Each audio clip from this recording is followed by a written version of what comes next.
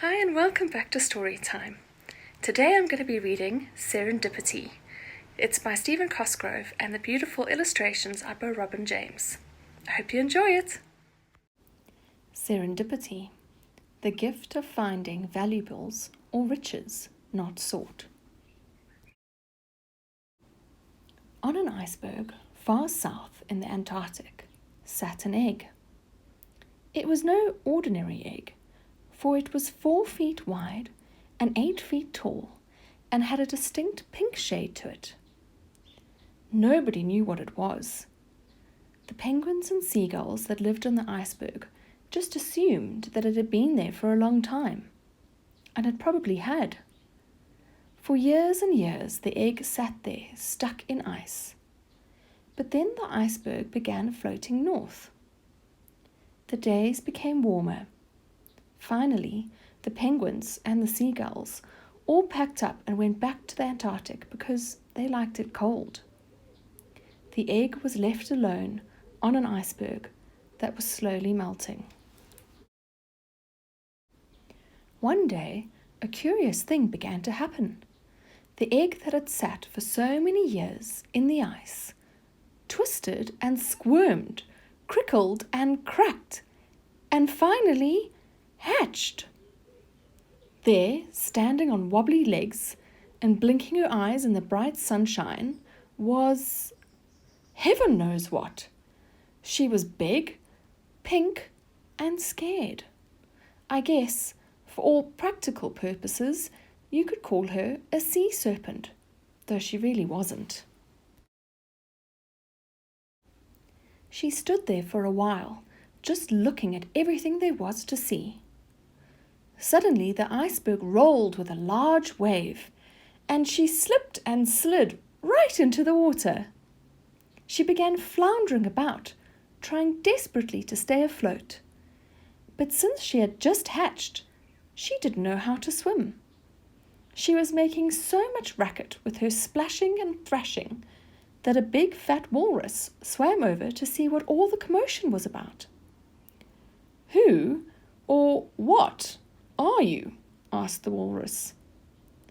"I don't know who or what I am," she cried. And with that she flipped herself upside down. She would have drowned right there had not the walrus held her afloat. As quickly as he could, the big fat walrus taught her how to swim. "Well," said the walrus, "now that you've calmed down a bit, let's see if we can figure out just who you are." He slowly swam around her, for she was growing even as he was talking. You're too big to be a tuna, and too small to be a whale. You have no feathers, so you can't be a bird. I just don't know what you are." She began to cry and cry. "I must be somebody. Why, I don't even have a name." "I may not be able to figure out who or what you are, but I surely can give you a name," said the walrus. "From now on you shall be called Serendipity. And as you cannot stay here all alone, you will come with me, for I am on my way to the island of Capri, where all the fishes of all the world are to meet. Possibly they can decide what you are and what you are to do." Since Serendipity had nowhere else to go, she set out with the walrus for the island of Capri. They swam and swam into the warmer waters of the Atlantic Ocean. Every day, Serendipity grew just a little bigger, until the walrus was constantly swimming in her shadow. One day, as they were hurrying on their way, they heard cries for help just over the horizon. The two of them quickly swam to investigate. There, right before them, was an aging dolphin trapped in a floating net. "How did you get caught in that net?" asked Serendipity. "I was swimming to the island of Capri," said the dolphin, "when a fisherman threw this net upon me. Now he has gone for help to load me into his boat." Serendipity turned to the walrus. Should we try to help the old dolphin, or should we hurry on our way? Always help where you can, Serendipity, said the walrus. And as your name suggests, you will always find valuable things you are not looking for. Serendipity agreed, and she and the walrus set about trying to free the dolphin. But while they were busy at their task, the fisherman and his friend came back to their net. "What are you doing there?" shouted the fisherman. "Get away from my net!" And with that he started to throw a large harpoon at the walrus, who was cutting the net with his tusks. Without thinking of her own safety, Serendipity swam over to the boat. With a mighty heave, she flipped it over, throwing the fisherman into the water. The fishermen were sputtering in the water, so Serendipity very carefully lifted them up and dropped them on the overturned boat, where they hung on for dear life. In the meantime, the walrus had freed the old dolphin, and the three of them swam quickly away. "I am indebted to you," said the dolphin, as they rested for a moment, "for saving me from the fishermen." The dolphin looked at Serendipity for a moment, and said, "I know the walrus, for he is a cousin of mine, but the likes of you I've never seen." "I don't know who or what I am," she said, "but the walrus is taking me to the island of Capri, where all the fishes of all the world are meeting. They will decide what I should do." "I, too, am on my way to Capri," said the dolphin. "But we must hurry, for we have a long journey and very little time." So once again, Serendipity, the walrus, and now the dolphin set out for the island of Capri. They had swum for over 2 days, when suddenly the water began to turn dirty and brown. Paper cups and bottles bobbed in the sea around them. The farther they swam, the more garbage there seemed to be, and the oil floated freely on the top of the water. "What is all of this?" asked Serendipity. "Unfortunately," said the dolphin, "we must swim close to the land on our journey, and the land dwellers throw their garbage into the sea."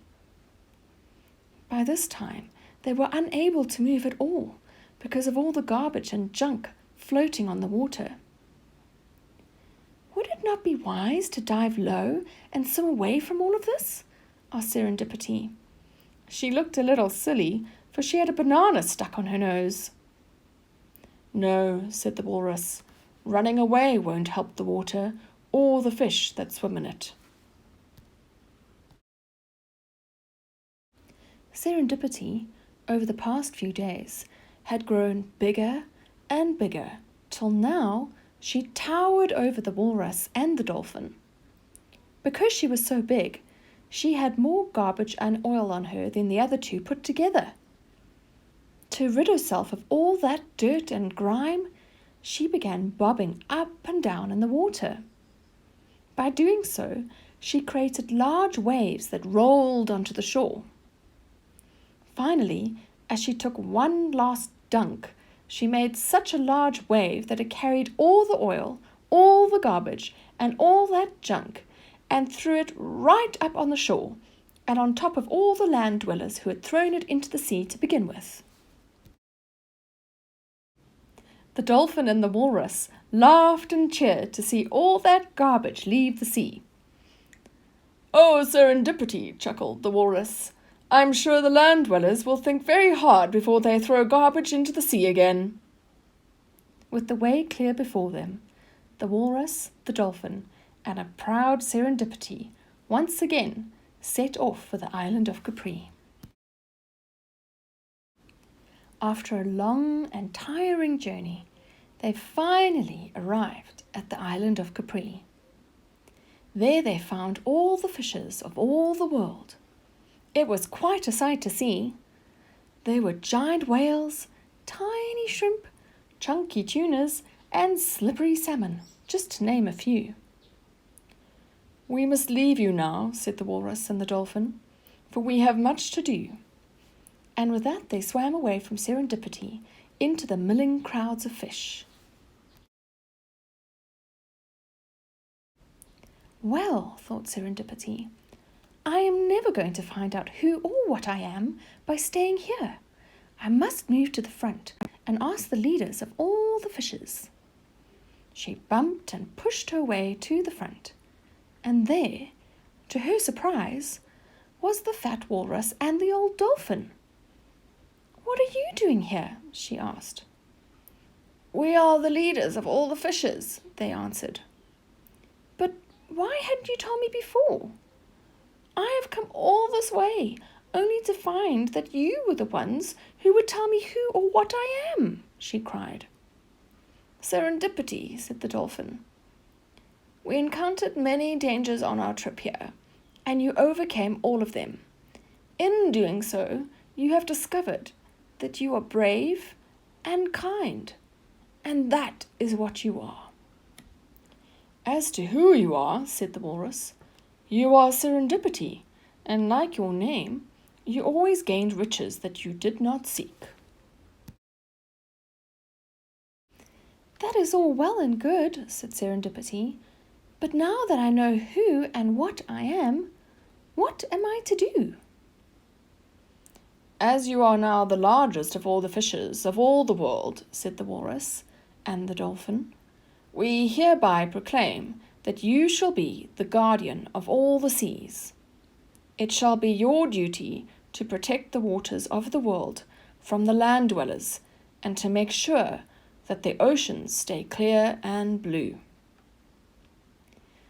If you ever throw your garbage in the ocean, lake, or sea, you'd better start to rowing, for there will be serendipity."